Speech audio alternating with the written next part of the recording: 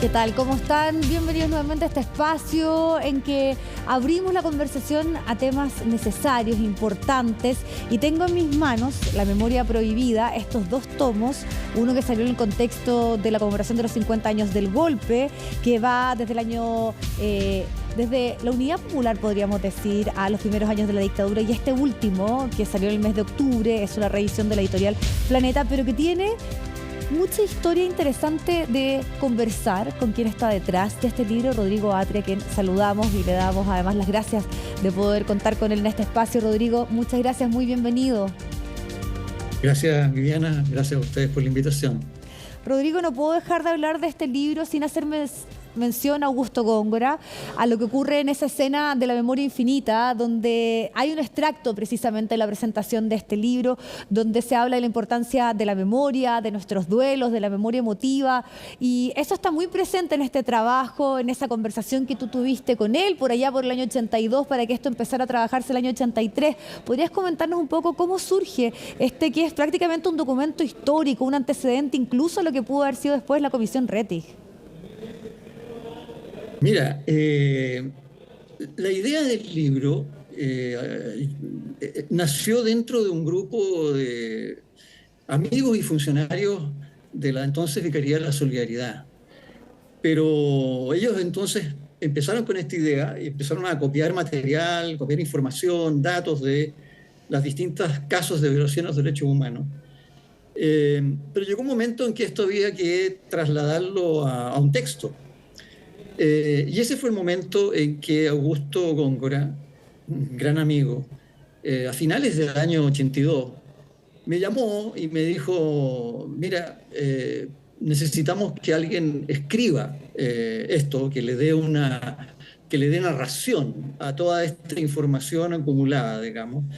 Y bueno, ya eso me invita Augusto, como digo, a finales del año 82, y estuvimos trabajando en este grupo entre el año 82 y el año 87. Fueron casi prácticamente 5 años.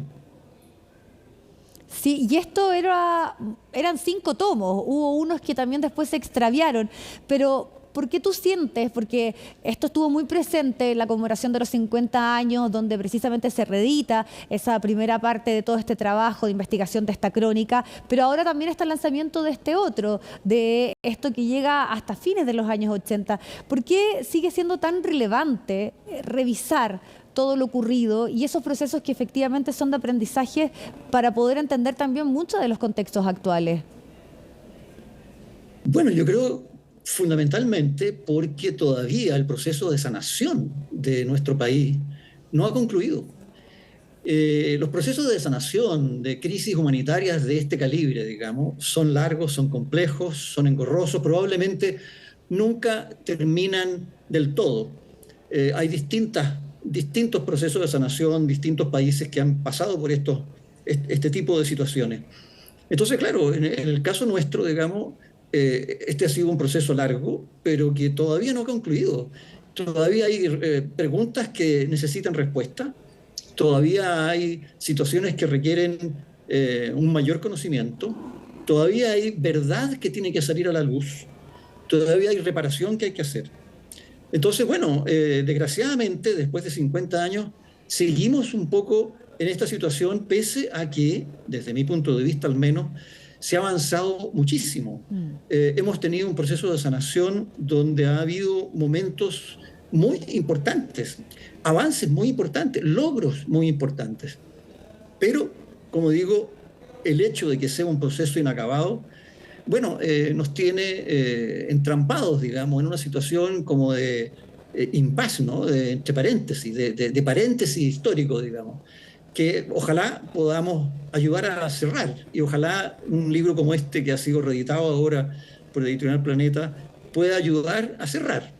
Rodrigo, y tú tuviste que tomar muchas definiciones, tuviste que en algún momento también darle una cierta narrativa, hacer este texto ojalá comprensible masivamente. ¿Cómo fue también ese aspecto, más del punto de vista estilístico, que era como un poco la responsabilidad que tú tenías en toda esta investigación? Claro, cuando nosotros hablamos con Augusto, en esa época estaba de moda el nuevo periodismo, digamos.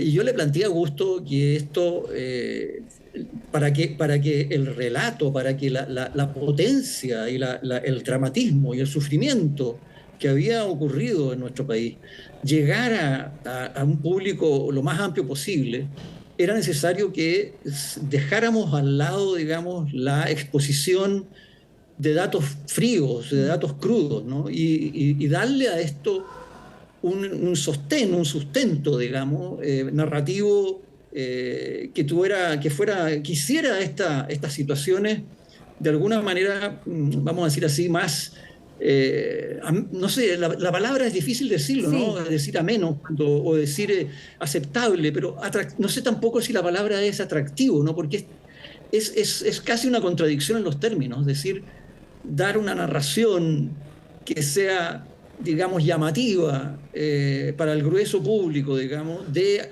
situaciones que son extraordinariamente dramáticas, Claro, ¿no? porque tú estabas relatando cosas muy duras finalmente. Yo entiendo ahí también la Muy, muy reflexión que tú dura. haces, pero acá lo que está de fondo, y por eso te lo preguntaba, y tú lo has dicho también en otras entrevistas, es que nunca hubo un cuestionamiento a lo que aquí son todos esos testimonios, todo ese trabajo, todas esas entrevistas. O sea, es prácticamente como un documental, como cuando uno lo ve en un lenguaje más audiovisual, que está en este caso en estos 2 tomos, en esta reedición, y también en lo que fue ya hace 30 años atrás de esa primera publicación, ¿no? Claro, una suerte de documental, digamos, que tiene detrás de ello todo un trabajo de investigación tremendamente bien documentado. Eh, y de hecho, hace más de 30 años, cuando se publicó por primera vez este libro, digamos, el año 89, en agosto del año 89, bueno, esas primeras ediciones Sí. que se hicieron no concitaron ningún tipo de desmentido. O sea, lo que nosotros ponemos en el libro es lo que nosotros logramos investigar, y creo que la investigación que mis colegas y yo hicimos, digamos, fue una investigación muy sólida. Sí. Yo creo que el libro, Viviana, tiene 4 tipos de valores. Tiene un valor histórico indudable, tiene un valor coral, porque son muchas las voces Sí. que hablan en el libro.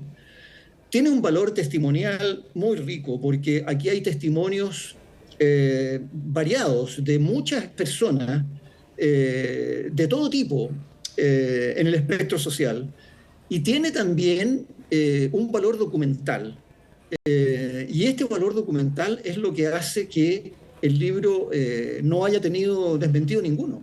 Exacto. Entonces, bueno, allí está el valor de este documento, ¿no? Sin duda. Que ojalá, sobre todo las nuevas generaciones, puedan apreciar en su totalidad. Sí, debería estar en todas las casas. Yo también hacía mención que esto es publicado en su primera edición antes de la Comisión Rettig, antes de la Comisión Valech, por eso que es tan fundamental todo ese trabajo que ustedes hicieron durante muchísimos años. Rodrigo, pero para finalizar, hoy nuevamente lo ocurrido en dictadura está presente en nuestro debate a partir de una nueva propuesta constitucional, donde se pone foco, y también te quería preguntar por lo mismo tu opinión, en si quedarnos con una constitución que siempre ha sido cuestionada en su origen, por el contexto donde surge, ¿no?, en dictadura, versus también aquellas voces que hoy están llamando a ir en contra, señalando que es más regresiva en algunas materias. ¿Cómo analizas? Porque finalmente eso pasa, ¿no?, con esos procesos inconclusos, que nuevamente están siempre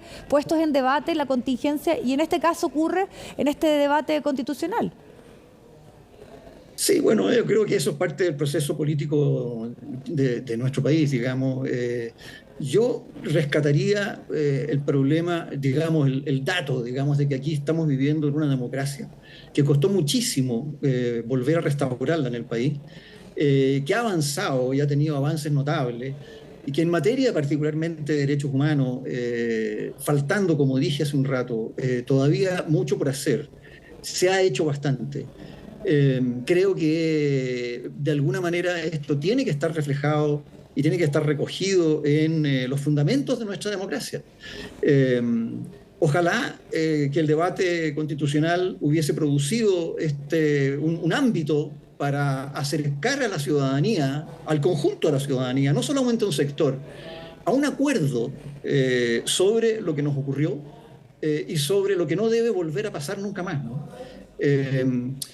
Si ese acuerdo y si el libro, digamos, es un aporte a ese acuerdo que todavía está a lo mejor por construirse, de hecho todavía hay mucha disparidad de criterios respecto de la valoración de ciertas cosas, ¿no? Como por ejemplo el mismo golpe de Estado.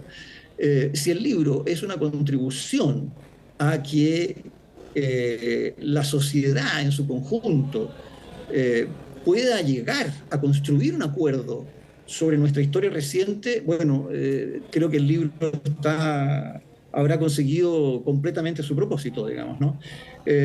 Pero todavía, como digo, hay espacio para eso porque todavía nos falta cerrar un proceso que no está concluido, pese a todo lo que se ha hecho.